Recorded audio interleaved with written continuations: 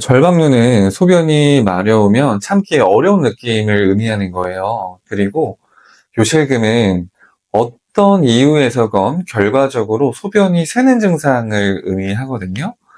요실금은 사실 우리가 이해하기 쉬울 것 같으니까 넘어가고, 절박류에 대해서 조금 더 설명을 해보도록 하겠습니다.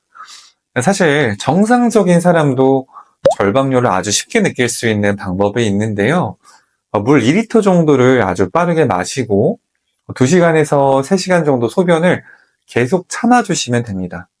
그래서 이제 이러다가 진짜 실수할 것 같은데 그런 마려워서 터질 것 같은 느낌을 경험을 할 수밖에 없는데요. 이 느낌은 절박류 환자분들이 밥 먹듯이 느끼는 상태라고 이해하시면 되겠습니다. 그런데 이 증상들은 사실 여러 비뇨기계 질환에서 굉장히 흔하게 나타날 수 있거든요.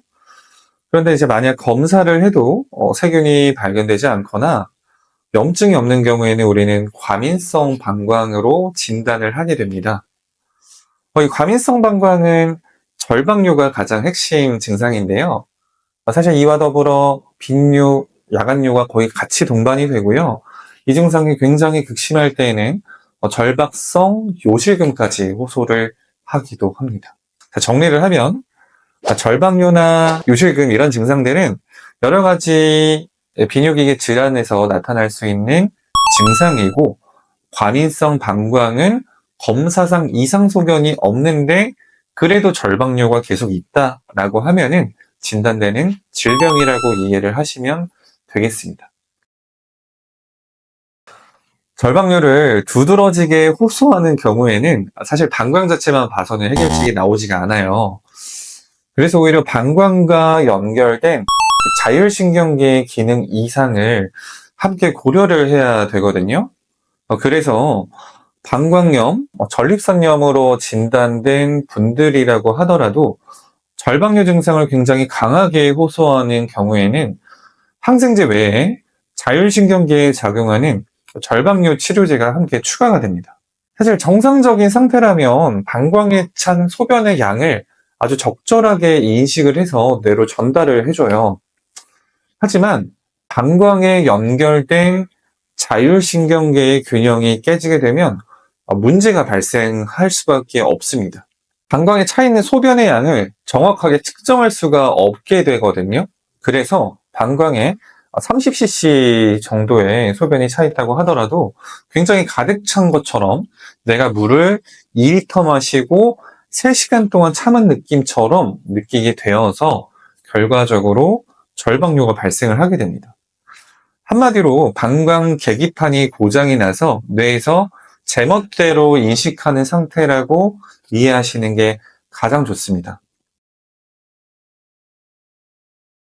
자, 계속 말씀드리지만은 절박뇨 치료제는 자율신경계에 작용을 합니다. 그래서 이걸 드시는 분들은 이렇게 표현을 하시거든요. 소변을 굉장히 강제로 꽉 잡아주는 그런 느낌이다라고 말씀하십니다. 자, 그만큼 신경계에 작용하는 약물이기 때문에 반응 역시 빠릅니다. 자, 그런데 이 약으로 효과가 있으면 정말 다행인데 대부분의 환자분들은 시간이 지나면서 다시 똑같다고 말씀을 하십니다. 보통 한 달, 길게는 3개월 정도 지나면 재발을 한다고 말씀을 하십니다. 물론 안 먹는 것보다는 먹는 게 훨씬 낫기는 해요. 그런데 이렇게 지지부진한 상태에서는 이 약물을 6개월, 1년, 2년, 5년 이상 복용한다고 해서 이 절박뇨 증상이 개선되지는 않습니다. 이때는 적극적으로 한방치료를 고려해 보셔야 할 시기이기도 합니다. 눈치를 채신 분들은 알겠지만은 절박뇨의 핵심 원인은 자율신경계의 불균형입니다. 근데 여기서 그렇구나 하고 끝나면 절박뇨를 절대로 치료를 할 수가 없습니다. 도대체 왜 이 신경계가 불균형 상태에 놓이게 되었는지를 파악을 해야 되거든요. 어떤 방식으로 절박뇨가 문제가 되는지 환자분의 사례 3케이스를 간단히 들어보도록 하겠습니다. 회사에서 잦은 발표로 긴장을 많이 하면서 증상이 발생하는 분이 계셨습니다. 절박뇨와 더불어서 소화도 안 되고 설사도 자주 하셨다고 합니다. 자, 두 번째로는 학점을 잘 받기 위해서 밤늦게까지 공부를 열심히 하는 대학생이 있었어요. 이분 같은 경우는 어렸을 때부터 천식 증상이 있었고요. 자, 세 번째로는 남편과의 이혼 위기로 스트레스를 받으면서 증상이 발생을 했습니다. 자, 이분 같은 경우는 잘 부으셨어요.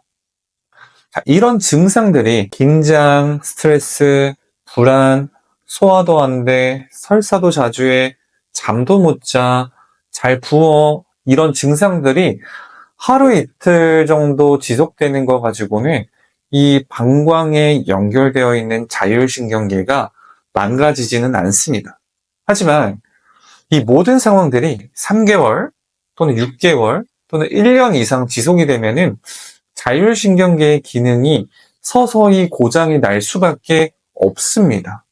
그래서 반드시 이거를 개선해주는 치료가 들어가야만 하는데요. 세 가지 치료 전략이 필요합니다. 첫 번째로는 과민해진 방광, 그리고 골반 주변의 근육의 긴장을 풀어주고요.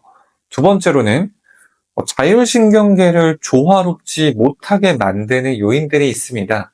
자, 그 요인들을 하나하나 찾아서 제거를 하고, 세 번째로는 몸과 마음을 편안하게 해서 더 건강하게 하는 치료가 들어가야 됩니다. 자, 이 세 가지를 동시에 해결하는 건 한약이 가진 아주 큰 장점이라고 할 수가 있겠습니다. 저 역시도 만성 전립선염으로 굉장히 큰 고통을 받았습니다. 그래서 그런 입장이었기 때문에 누구보다도 여러분의 불편함을 잘 이해할 수 있다고 생각을 합니다.